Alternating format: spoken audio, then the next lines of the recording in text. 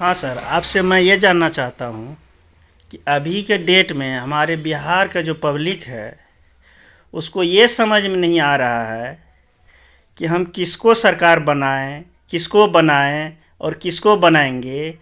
यही सोचते समझते हमारे बिहार के पब्लिक को इतना चिंताजनक बात हो रही है कि कहने से बाहर।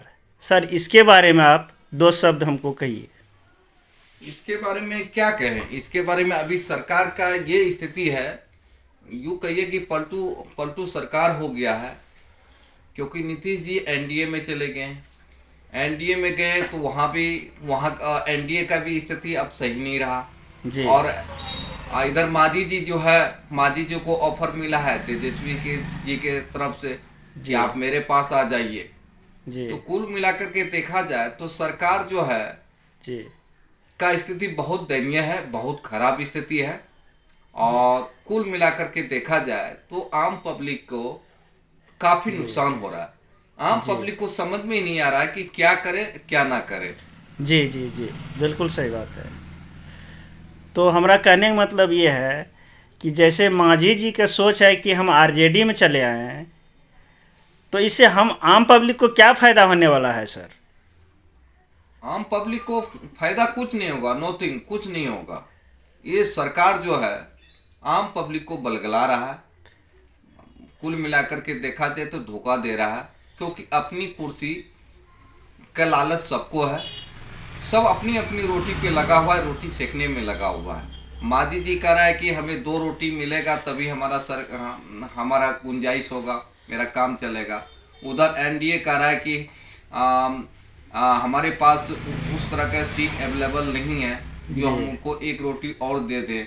जी। यहाँ यहाँ तो सब अपनी रोटी के चक्कर में लगा हुआ, अपनी कुर्सी के चक्कर में लगा हुआ है। जी। और यहाँ आम पब्लिक पिसा जा रहा है। ये है सरकार की मोनोपॉलिसी।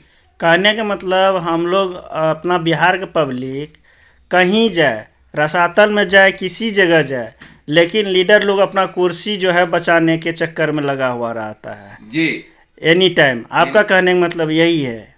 तब हम आपको ये बताइए कि जैसे मान के चलिए री इलेक्शन का अगर पीरियड आ जाए तो उसके बारे में हमारे बिहार के जनता पर क्या असर पड़ेगी? जनता पर काफी असर होगा, क्योंकि उनका तो पैसा नहीं है, पैसा तो आम पब्लिक का होता है। जी। जी। आम पब्लिक पर इफेक्ट पड़ेगा। जी। और जी। आम पब्लिक पर जब इफेक्ट पड़ेगा तो हमारा एजुकेशन सेक्टर पे इफेक्ट पड़ेगा, हेल्थ सेक्टर पे इफेक्ट पड़ेगा, कृषि सेक्टर पे हेल्थ पड़ेगा। उनको क्या मतलब है? उसको तो अपनी कुर्सी का मतलब है।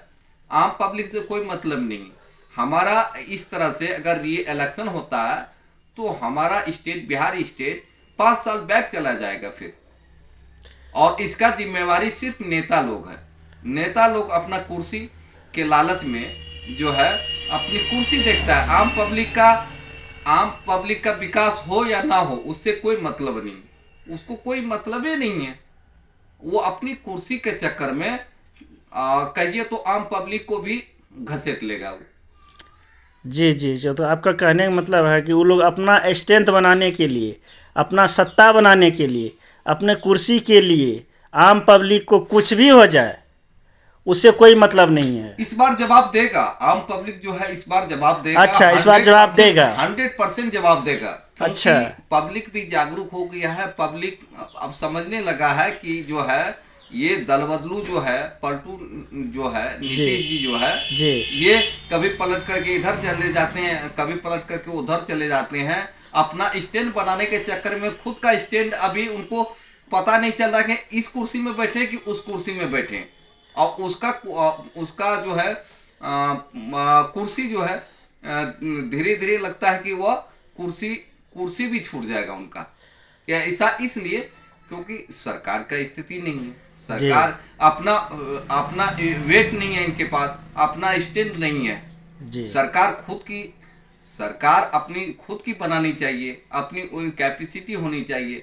लेकिन ऐसा लग रहा है कि हमको लगता है कि नीतीश जी जो है जी। कहीं का नहीं है, ना घर का है ना घाट का है।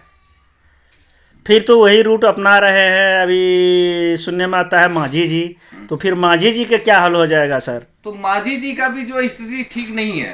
मांझी जी जी का हम मानते थे, आम पब्लिक भी जानता था कि मांझी जी जो है चलिए एनडीए के साथ समझौता कर लिए हैं। जी लेकिन सुनने में अभी उसका अभी वायरल हुआ है, न्यूज में आ रहा है कि हमको एक रोटी से काम ही नहीं चलेगा। अरे भाई, एक रोटी से काम नहीं चलेगा। अरे सरकार किसी तरह चलाइए ना, मिलजुल करके चलाइए सरकार।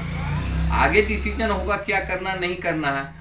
आपको भी रोटी का चक्कर पड़ा हुआ है कि हमको भी रोटी चाहिए। अरे पहले अगर रोटी नहीं मिला था तो पहले काम चलता था कि नहीं चलता था?